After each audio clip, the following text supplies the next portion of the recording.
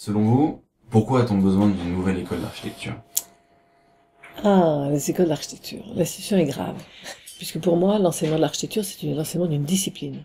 Et que cette discipline, c'est une manière de penser, une manière de considérer le monde, une manière de considérer les problèmes, les questions qu'on nous pose, pour pouvoir leur apporter des solutions. Et quel que soit, après ça, le champ dans lequel on l'applique. Et je trouve que les études d'architecture aujourd'hui sont trop auto-centrées sur l'architecture, ce qui est les écoles, ce qui est une erreur.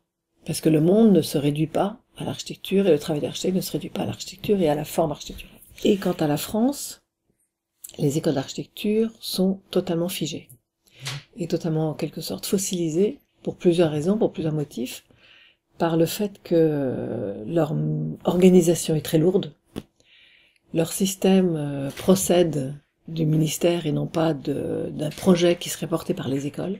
Elles ne sont pas autonomes, suffisamment autonomes. Et je pense qu'aujourd'hui, une école d'architecture, ça doit être une école qui doit être en mouvement permanent, qui doit être complètement transdisciplinaire, parce qu'elle doit effectivement s'ouvrir, comme je disais, sur le monde. Et c'est ça qui m'intéresse, c'est de faire une école qui interroge ou qui re-questionne l'architecture à partir d'autres disciplines. Ça, c'est une chose. La deuxième chose, c'est que je pense une école d'architecture aujourd'hui se doit d'être internationale. Elle ne doit pas être cantonnée à un pays, et elle doit être beaucoup plus ouverte sur le monde. Et être internationale, ça veut dire accueillir des étudiants étrangers, en grande quantité.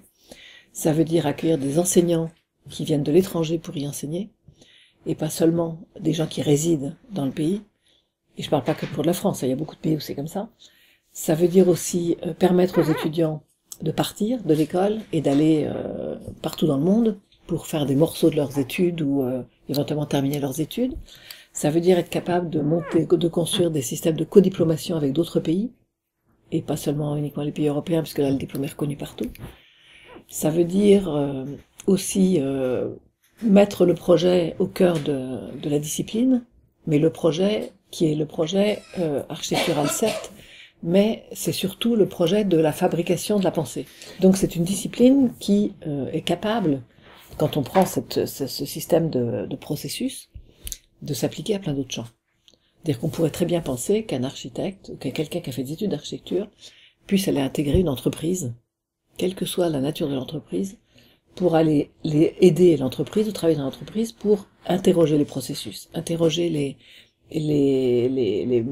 usages, interroger les méthodes de travail, interroger les objets ou les produits qui y sont fabriqués, pour pouvoir les repenser et aider, participer au processus de la pensée pour produire des choses différentes ou les produire différemment.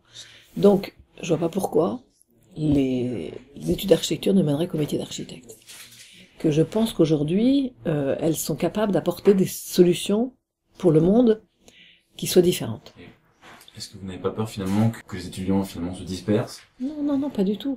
Non, il n'y a pas de dispersion. Il n'y a pas de dispersion parce que la discipline elle-même, c'est le processus. C'est la façon de penser, c'est la façon d'interroger les choses. Donc, quel que soit le champ dans lequel ça s'applique, c'est une attitude d'architecte, en quelque sorte. Donc c'est ça qui est intéressant. Donc la pensée par la conception, c'est fondamental. Et c'est pour ça qu'aujourd'hui, tout le monde, beaucoup de gens dans le monde, et beaucoup d'entreprises dans le monde, s'intéressent à cette pensée par la conception. Parce que c'est puissant. Et que ça, c'est une capacité pour les architectes qu'on a, suite à nos études, de pouvoir nous intégrer dans plein d'autres champs. Et avoir des vraies attitudes d'architectes si on veut, mais d'études de gens qui ont étudié l'architecture. Est-ce que la pédagogie de Confluence s'inspire d'autres écoles ou d'autres universités internationales?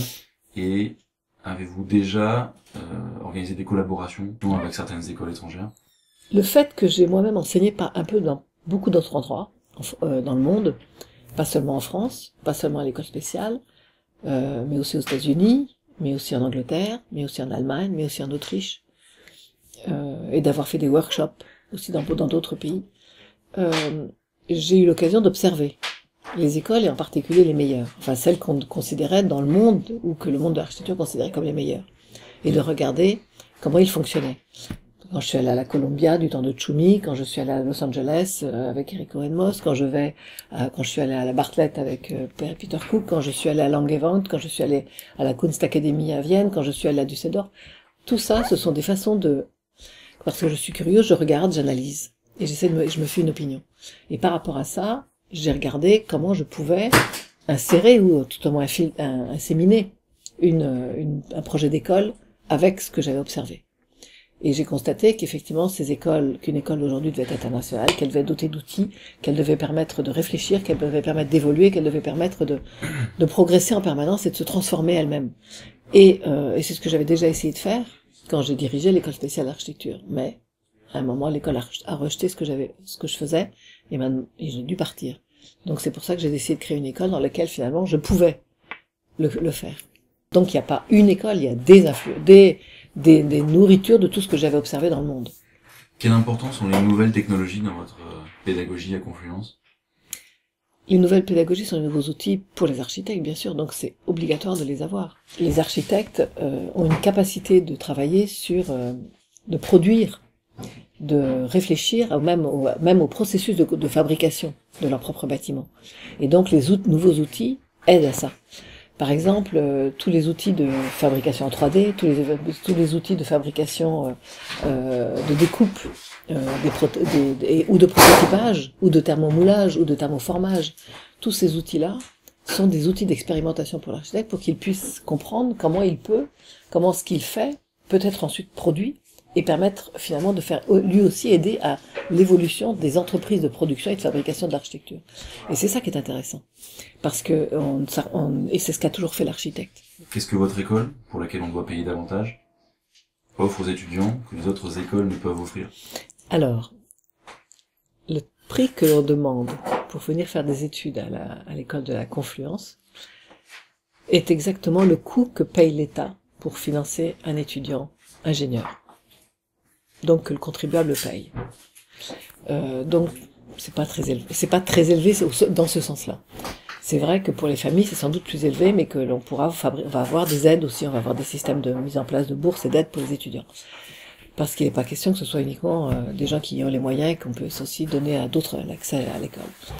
Mais qu'est-ce qu'on va offrir en plus? D'abord, on va rester une petite école, puisque les études vont être un peu à la carte, puisque les études, le parcours d'un étudiant va se faire en fonction de qui il est, d'où il vient, ce qu'il sait déjà.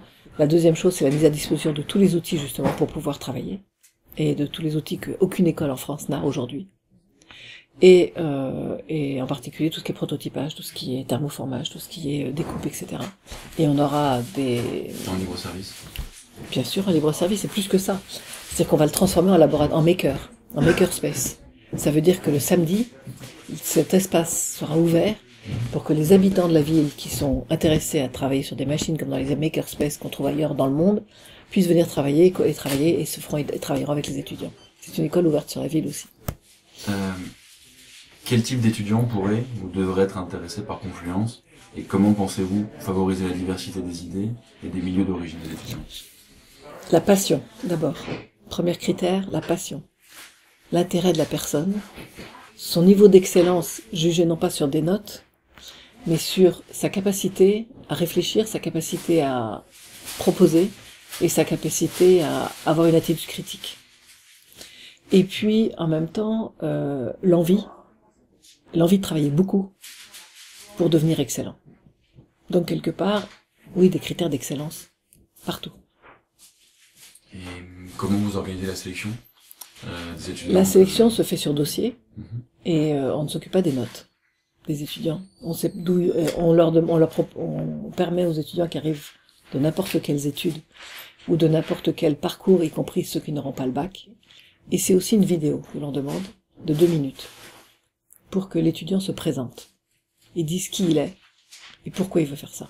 Et ceux pour lesquels on aura des doutes, on leur demandera de venir nous voir pour qu'on les rencontre. D'accord. Donc il y a vraiment un suivi. C'est vraiment individuel. C'est vraiment individuel. C'est-à-dire qu'en fait, c'est vraiment une école où les gens seront suivis individuellement. Et c'est-à-dire qu'à l'entrée, on choisit des individus et ensuite on les suit parce qu'il y aura toujours des profs référents, les fondateurs, les 5 fondateurs, on sera les référents et l'étudiant aura toujours ce référent auprès de qui aller pour choisir, pour voir comment il doit progresser dans l'école. C'est une sorte de parcours à la carte et en même temps pour obtenir exactement le même niveau d'études que ce qui est exigé au niveau européen. Jusqu'à quel point pensez-vous qu'on doit guider un étudiant dans son apprentissage? Je pense qu'un enseignant est un coach. J'ai toujours dit à mes étudiants que j'étais leur coach et non pas leur professeur. C'est-à-dire que je n'avais rien à leur apprendre, j'avais juste à leur permettre de se révéler. Et je pouvais les guider pour savoir où chercher. C'était tout.